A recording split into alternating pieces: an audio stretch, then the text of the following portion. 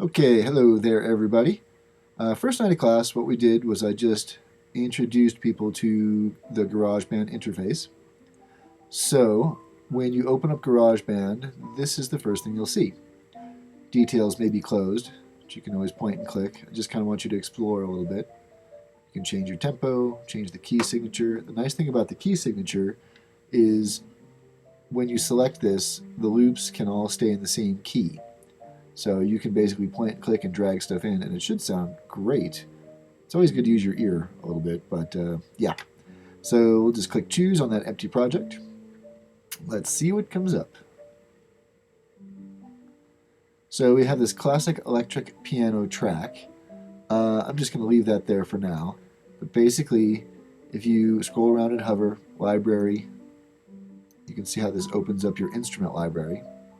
I can choose different instruments here. Tons of different instruments in GarageBand. Scroll over the quick help. Quick help is kind of nice. You can see that in the bottom left there. Turn that off. Next to it, we have your smart controls. This will control the instrument that you selected. So different instruments, they have different looks to the controls. Nice. Guitar would be different guitar amps. Cool. EQ and things like that. We'll get more into that later on during the class, the semester. Click here, you've got your editor. There's not much going on there because we really don't have anything going on yet to edit. So we'll come back to that. I'm going to close that drawer. This is just your transport area. So you've got rewind, fast forward, stop, play, record. This will select your beats or projects as far as your timeline is concerned. These are all divided into measures, 4 beats each measure. You can change that to where it shows the time instead. So there's your minutes and seconds. We're going to stay with beats for the moment. And here you can navigate different ways through this. Basically, as you push play and record, you'll see it move through the timeline there. You can also use this to change your beats per minute, your tempo. Click on the ones, tens, or hundreds and drag up and down, or you can just type your tempo in if you want to.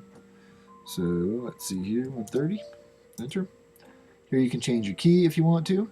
You can change the time signature. Cycle. That will set up this here and it will loop through. So if you push play when you've got a loop going or something in this area that plays audio, when it gets to the end of that 4th measure, it repeats. So you can drag this to different lengths. This will come in handy as we're auditioning different loops. I'm going to turn it off right now. Tuner, if you've got an instrument you're plugging into. Count in, so if you're going to record a live person, it'll count 1, 2, 3, 4, then the recording will start. You'll hear the metronome click. There's your metronome. If we click that, don't know if you can hear it. We have our wonderful accompaniment next door here. So that's about the size of your top view. You have master volume over here, notepad, which I have never used, Apple Loop Library, that we're going to get into quite a bit, and last but not least, you have your media browser, which is pretty cool too. I like the way all the Mac stuff kind of links up with everything else that's going on. So you've got your iTunes in here, you can go to your movies and things like that and drag that stuff in also. Going to ignore that for the moment. What I want you to do today is go to the loop library and mess around with the loops. You click on drums, you can select the drum, it'll audition the beat. Right here's your audition volume. If you decide you like this, you click on it again to stop it, and it shows you how many beats this is. If you like it, just drag it in. Now over here it said 8 beats. You can see it's 2 measures. It's 8 beats. If I push play, there we go. I'm going to turn my volume down a little bit. It's pretty hot. Now, if I get to the top right corner of this, this is a loop. I can actually see the little loop thing, the little loop cursor come up, and I can drag it and extend it as long as I want. So what I'm going to do for these purposes is have this go 4 times, 2 measures each, so it comes out to 8 measures. Going to do our cycle region and have this select all 8 measures. Now when we push play and let it play through, once it gets to the very end, it's going to go right back to the beginning. Now, at this point, we're not doing anything with this acoustic guitar track. I'm going to select it and go to track, delete. Now, I'm going to leave that drum beat going. I'm going to pick a bass line. I'm going to go for whatever random. Back alley bass, click on it. It'll come right in.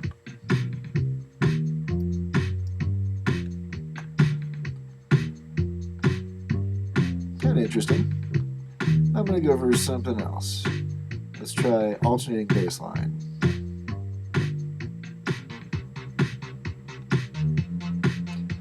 Nice, that's funky. Taking that, dragging it in. Notice that one was 16 beats. Oh, I dragged it in, not quite lined up. There we go. Drag it so it's extended. And here we go. Okay, let's pick synth. Might as well just go for it from the beginning here. And let's try something. Let's go for something with 16 measures or 32. And I'm clicking on it.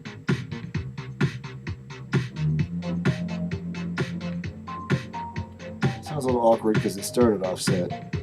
Let's try this next one instead.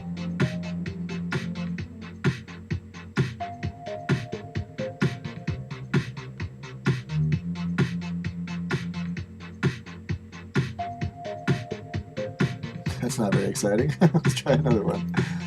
And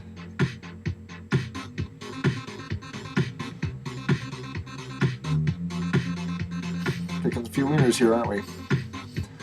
Let's try something. One more one. Then we're going for it.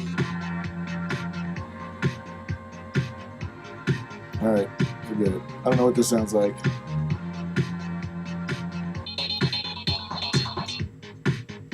Dragging it in anyways. And this is volume.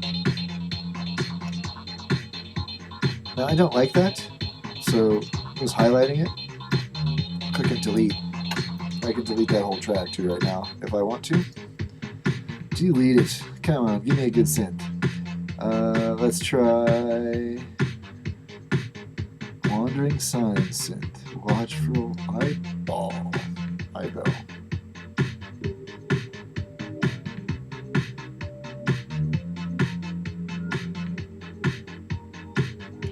Sure. Dragging it in. It's a beautiful masterpiece I have here. Going for one more. Piano. And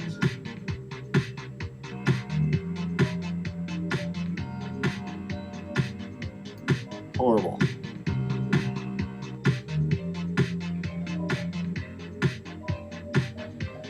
Alright. Picking some winners here, basically.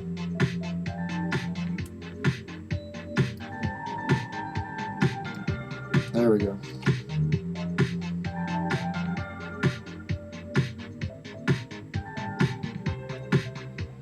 So, not the most exciting song in the world, but you kind of get the idea. So at this point, what I want you to do is basically point and click. Experiment. If you come up with any questions, write them down, and we can talk about them in class. Cool? Hope to